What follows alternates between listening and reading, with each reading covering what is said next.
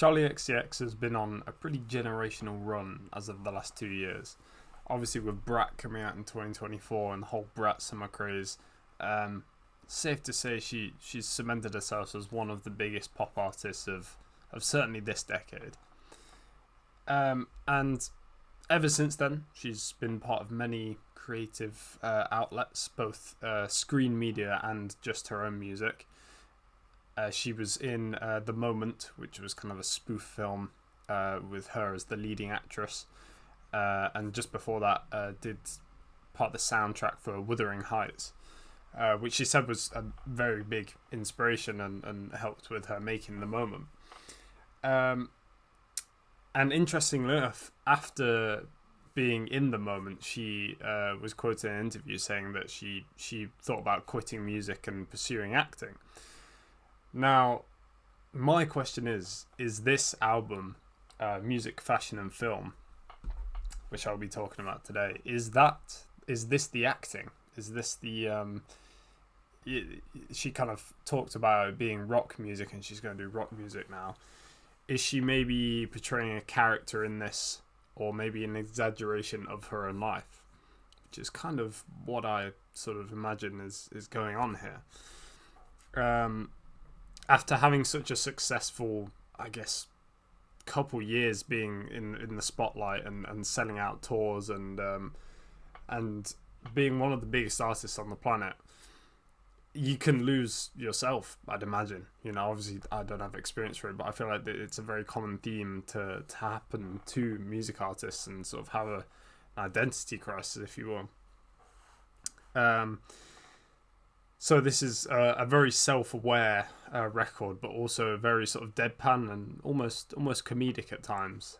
She's definitely playing on the fact that this isn't sort of the typical style that she goes for, but she pulls it off very well. I very much enjoy this album. I'm going to be talking about the normal version because I know there's a deluxe edition.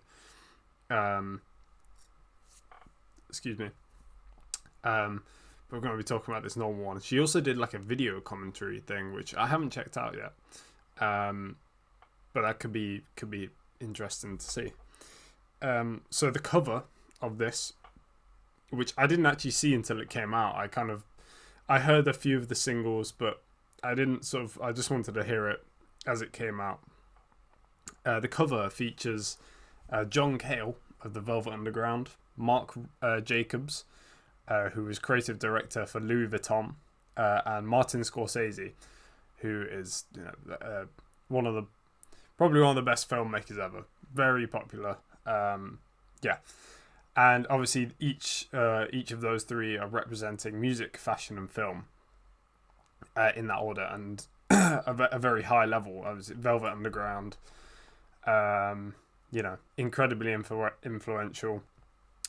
Marc Jacobs, I don't know much about him, but I mean he was creative director for Louis Vuitton for like 20 years or something, and saw through most of their like sort of rise to being the brand that they are today. And then Martin Scorsese, obviously, many Oscar wins, everything. So it's kind of she's putting these people on the cover as like the pinnacle of music, fashion, and film, and potentially looks up to them like. I read that they actually never met. Those three had never met any of them until they did this cover shoot, which I thought was kind of funny. I thought they might have just like superimposed them together, but they literally just met and took these photos. It's kind of like they're sort of on the cover. It's like it's like their statues. It's like something to look up to. But anyway, so I'll get round to why I think these three are on the cover. But also just to note that Alex Cook and Finn Keen, who are two British producers and DJs, they collaborate, or they worked on this album as well as Charli. And I believe they worked on Brat as well. So pretty long time collaborators, but it's cool stuff. So with all that said, I'm just going to get into the first song, which was also their first single released. I remember it was about 2 months ago or so, called Rock Music. And the build up to this, she was kind of saying, okay, I'm gonna make something different. I'm gonna do rock music, funnily enough. And that's kind of what she's saying in this song. She's saying, like, I think the dance floor is dead now. So now we're making rock music. Banging my head, which headbanging is obviously very common, in rock music and metal music. But it's kind of, she repeats, like, making rock music, bang my head.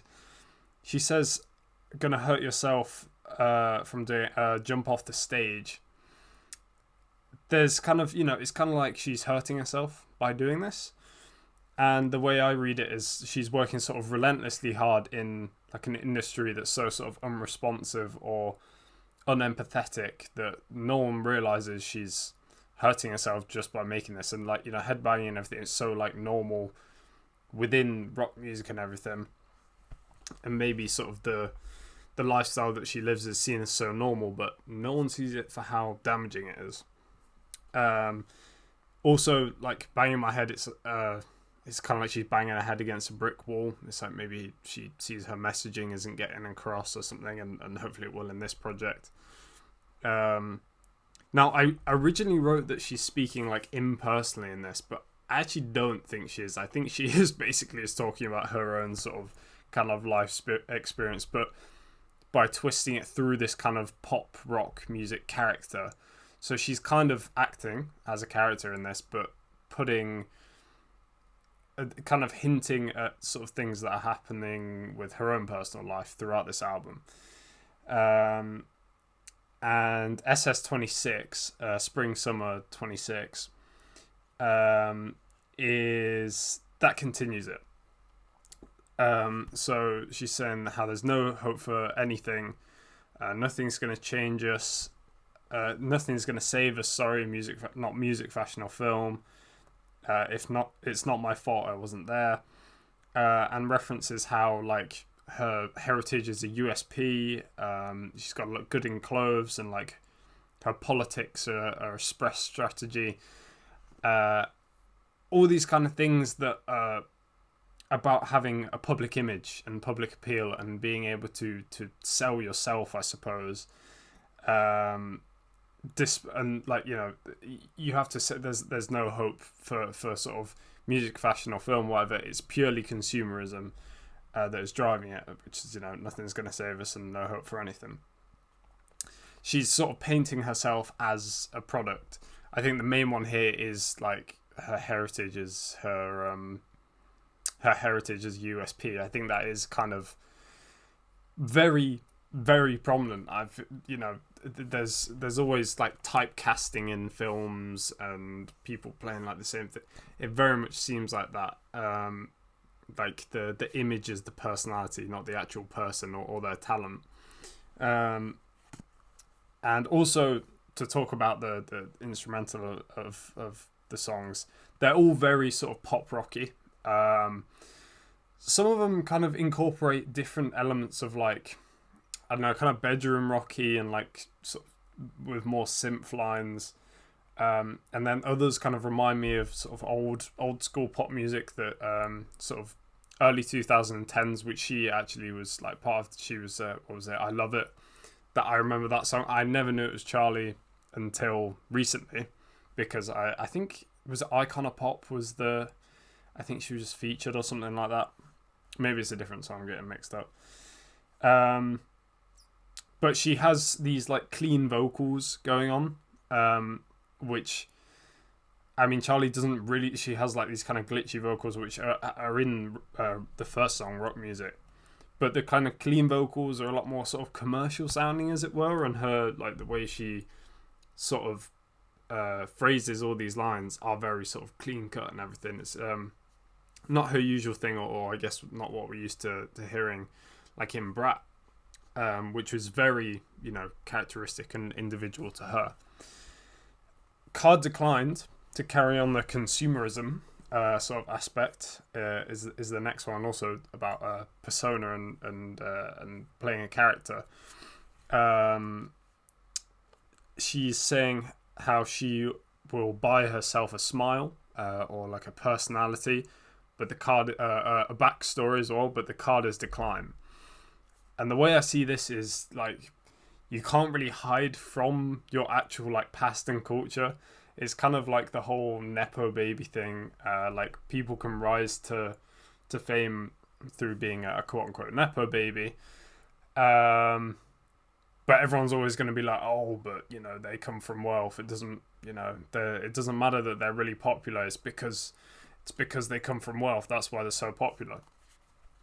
Yes, that is the reason. That's what happens when talent gets nurtured. I'm sorry to say it. That is exactly how this world works. It doesn't detract from their musicianship though. And I don't know Charli XCX's upbringing. She had early fame, you know, like 10 years ago. She was like 20 when things kicked off, so maybe there's an element of that, but like, no one cares about it for her. People will always like kind of discover your pastor and everything in this pop sort of landscape, in this consumer sort of landscape.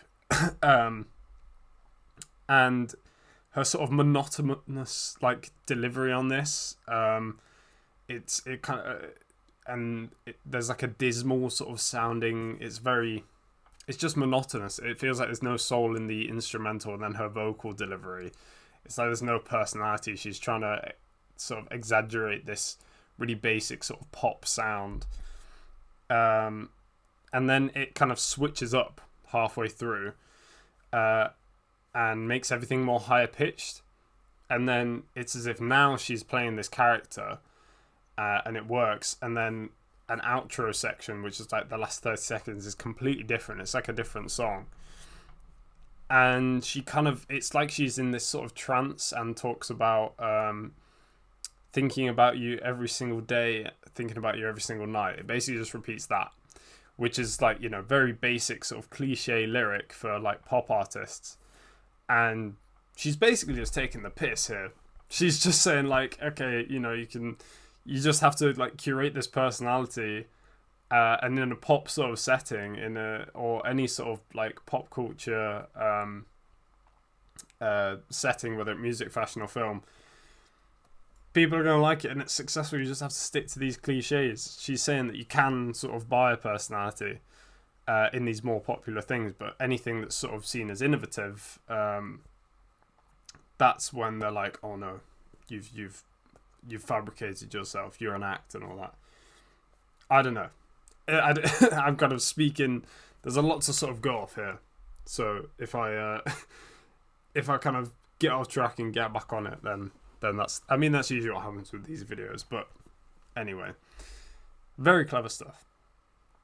Camera, the next one, she's kind of talking about how she doesn't want to make music on this, or kind of questioning if she does. But the repeated line, all I know is how it makes me feel, is sort of optimistic, I guess. It's insinuated that, you know, creating things makes her feel good. As there's like it's kind of a brighter sort of upbeat soundtrack. It's a bit higher tempo.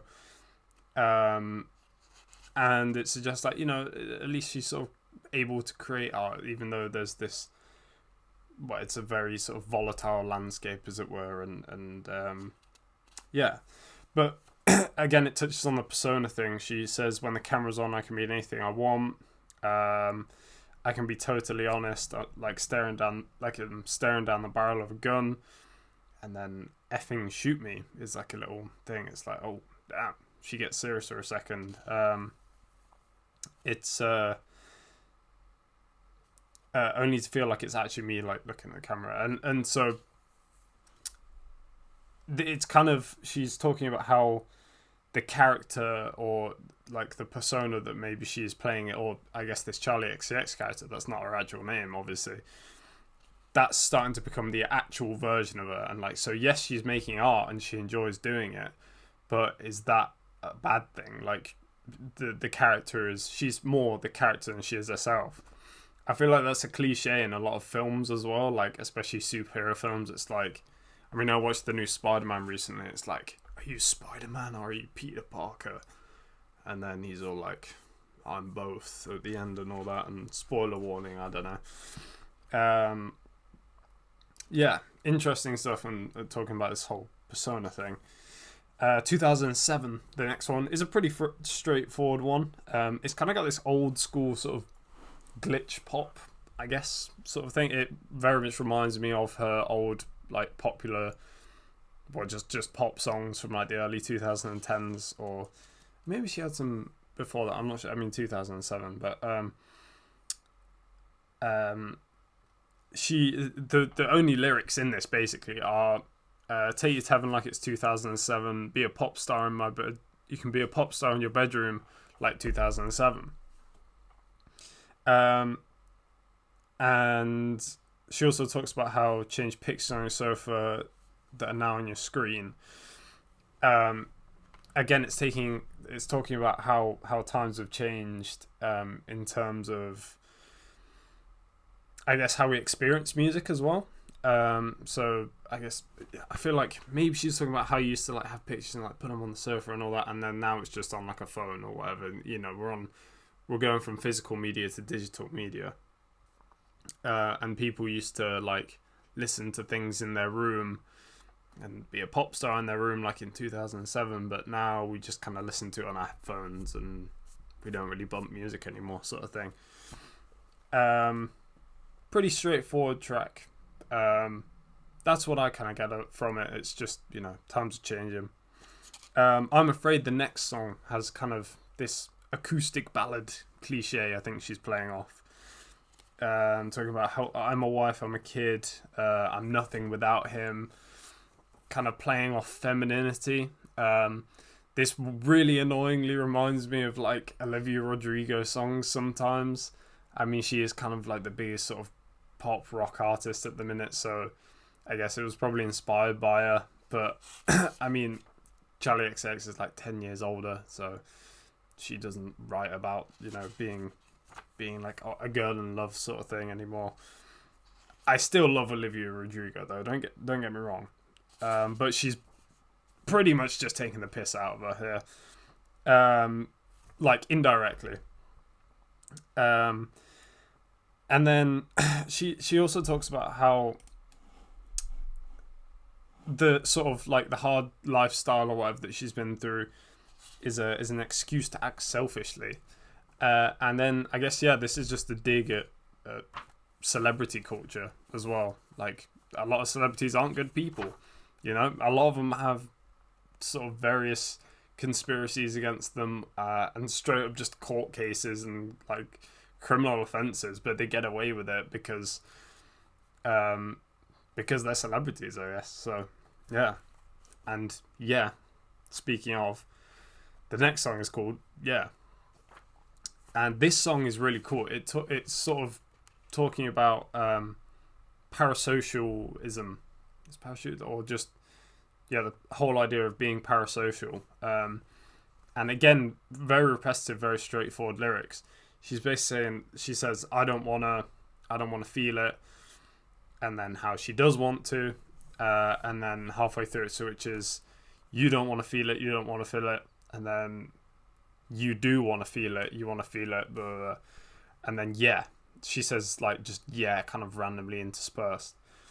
And it's very like deadpan. Her vocals are kind of, they have these sort of glitchy effects going on at times, which is really cool, but how she sort of, there's like no passion behind it, it's just very deadpan. It's like, it's kind of unsettling, unnerving. And she's sort of talking about parasocialism here. Like, I don't want to do it, I do it, and then do.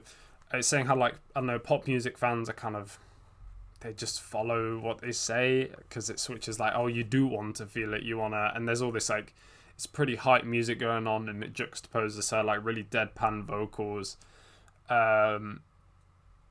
It's like, it's just like, you have to hear it to kind of grasp it, but I think the whole idea of parasocialism recently has just gone like crazy, and I feel like it's more to do with sort of, it kind of started off with, I guess it did kind of start off with pop fans, or like, I guess, music fans. And then it kind of got way too far with like streaming culture and stuff like that.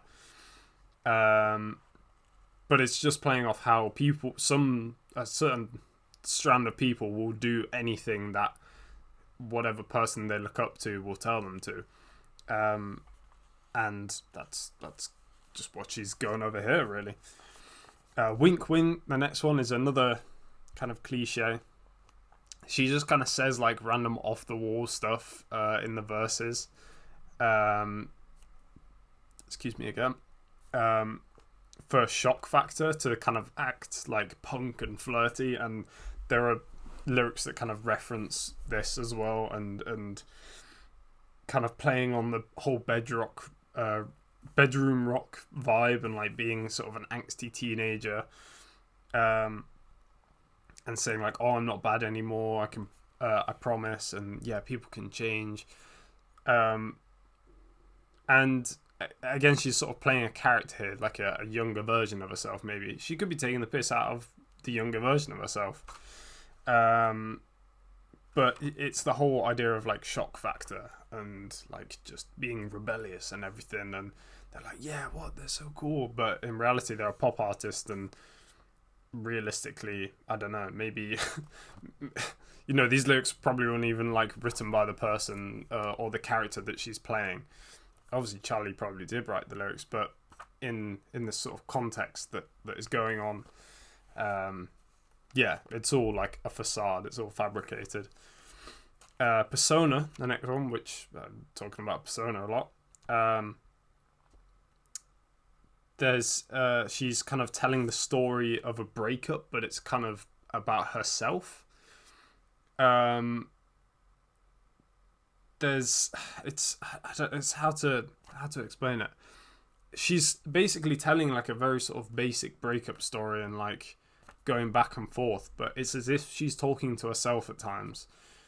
So the line that kind of reveals this is she's saying, we're both under the influence of life imitating art, which is like pretty interesting. I guess it's the whole sort of performative and persona sort of thing. And so obviously the persona is the other person, maybe the Charli XCX. She sees that as a character, maybe. And saying like, when I see you, when you see me, when I see you, when you see me. It's kind of like this, there's kind of a split personality sort of going on here, and kind of falling out with the other part of yourself, which he talks about in the earlier song. Which one was it? Quite a few of them. The Card Decline, that was it. In Camera, sorry. And yeah, I guess falling out with the character and the personality, and she talked about this in the run up to this album release, saying that wants to quit and maybe start acting, because I don't know, maybe she sees it as like a more authentic version, like how she's said before in the camera, she can be anything that she wants. She can be totally honest. So, maybe we will see her acting more. But yeah, pretty straightforward. But I think it's cool how she kind of masks it through like this kind of breakup song, which again is very popular for like a pop rock, angsty teen, as in the song before, artist. Magic Metal Montana is again very bedroom rocky. She's saying how that she wants someone's life, like, I want your life with only the child stuff, you like old stuff like Magic Metal Montana. And they repeat the line, you make it easy for me. And interspersed like within these lyrics and everything is kind of a hint that they're not themselves. Like, I want your life. I want to, I want all this that's fabricated. And everything's kind of a little bit disjointed. Like the lyrics are a bit disjointed. It kind of doesn't sit right. And it's as if there's like too much guidance. She's sort of having too much guidance into being this sort of character. and being controlled by like the powers around her, or like maybe a record label or something, or the like, you know, directors of her, or something like that. And it's very interesting.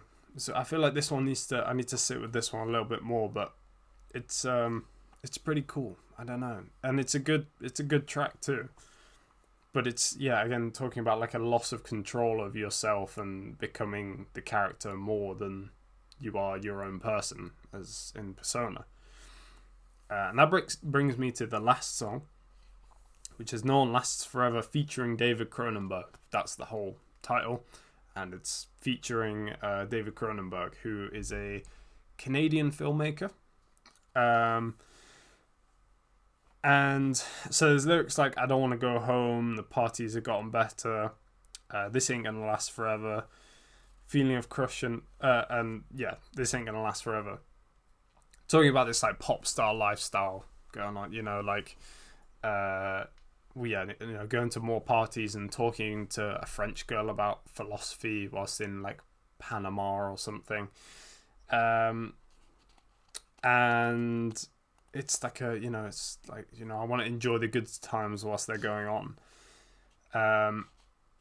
And then there's kind of a twist, or like a midpoint, where she says, feeling of crushing highs and feeling the crushing highs and lows of ego. Took me a minute there. Ego is like, she's saying that ego is, there's like a sudden realization, and that everything is ego to do with like fame and like experiencing these like cool parties and like being able to like travel and being young. It's purely just ego that's fueled by like success.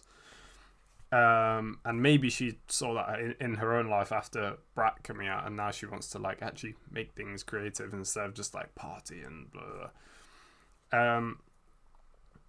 And yeah, life's too short to worry about this kind of shit. Why are you worried about your ego? Who cares? But it's got like really cool guitar effects going on in this song too, and like sort of glitchy effects, and there's like a cool like build up, and then there's like an ambient little section with like synths and everything before the David Cronenberg feature. And there's a sort of monologue, a pretty lengthy monologue going on, and this is actually from kind of like a sit down interview sort of thing that Charli had with David Cronenberg. I believe it said like last year she was going to use it for something creative, and this is like a small excerpt from it, so it was just a one-on-one interview. And I guess I'll just kind of I'll read through the whole thing. So as I was lying there on the sidewalk, I did not think about art at all. I thought about people, I thought about life. Yeah, yes, sure, but that's why I liked being close to my house. Somehow that was comforting, even though it makes no sense, But no, I wasn't thinking about art. And I wasn't thinking about art as endurance, as immortality, I mean, we can talk about immortal artists of various kinds, and it can turn out, yes, some artists have created art that has really survived thousands of years. And that's fantastic, but experientially for them, they are dead, they are gone. They're not experiencing that. These are true things, and thank goodness for them. I really feel, and you hear me assuring that you that oblivion is freedom. They are dead, they are gone, no one lasts forever. And they are dead, they are gone, no one lasts forever repeats for like 2 minutes at the end of this song. And it's a really, really sort of powerful little monologue, to be honest. It kind of sums up the whole purpose of this album, I think, really well. And as it repeats, they are dead, they are gone, no one lasts forever, there's like these kind of glitchy like screeches, like guitar sounds, loud sounds. It's almost like a broken record, or like when some records have like a section that loops at the end of it, which I'll loop back around to. But yeah, talking about how they weren't thinking about art as they were laying there on the sidewalk. Now, I believe maybe David Cronenberg was, he was attacked in some kind of, he was lying on a sidewalk, and he was, he was thinking about life. He wasn't thinking about art. But despite that, art can last forever, but not the artists. So it's really powerful stuff like, they are dead, they are gone, they are not experiencing it. It's so like, it's just really powerful stuff. I don't know how to sort of, it is what it is, like the body, the person can die, but their art can live on and be experienced by people. But those people that listen to it are eventually going to die as well. And it's almost as if the art kind of lives on in this oblivion of time. As he says, oblivion is freedom. And, your soul like enters this oblivion as well. That's the only freedom we can really have. It's just really like, I'd be really curious to see the rest of this interview. And then the broken record sort of thing at the end. Charli released a lot of different like physical vinyl releases for this. She clearly loves, everyone loves physical. I have vinyls, I have way too many. But I think that it ends with this like broken record sort of thing with such a serious line of they are dead, they are gone, no one lasts forever. It really sort of lands with you and makes sure that you listen to it in its entirety for like this full 2 minutes. And it's like she's imitating a vinyl, which is physical media, and something physical will last forever for the most part. Whereas things that are digital won't. That's a whole different sort of debate, especially recently with like, the games industry and like Nintendo having it so that games are now like licenses and all sorts of things, but whole different story. But it's just a really powerful like end to it, having this long form, I suppose, and it's not even that long, this is like a minute sort of clip of an hour-long interview. Having this like juxtapose the whole album, which at times is really repetitive, but to get these messages across, it's powerful stuff. And then again, like saying how they weren't thinking about art, they were thinking about people and life. You should value people, you should value life. You shouldn't, as much as art is amazing and it is this great thing which everyone should love, whether it be music, fashion or film, people are what make them as well, and we should appreciate the people whilst they're still here, and before they pass on, and then after that we can experience their art as it's like their legacy that they left behind. So yeah. I don't know, it's it's really cool stuff. And they're good songs too, they're bangers. These two producers, let me get their names. I closed the thing. Alex Cook and Finn Keen, very, very talented. It's like it's like a time capsule. It's like you've gone back to like early 2010s pop stuff. But yeah, really, really interesting things going on. I feel like I've spoken for way too long, or maybe not enough about it.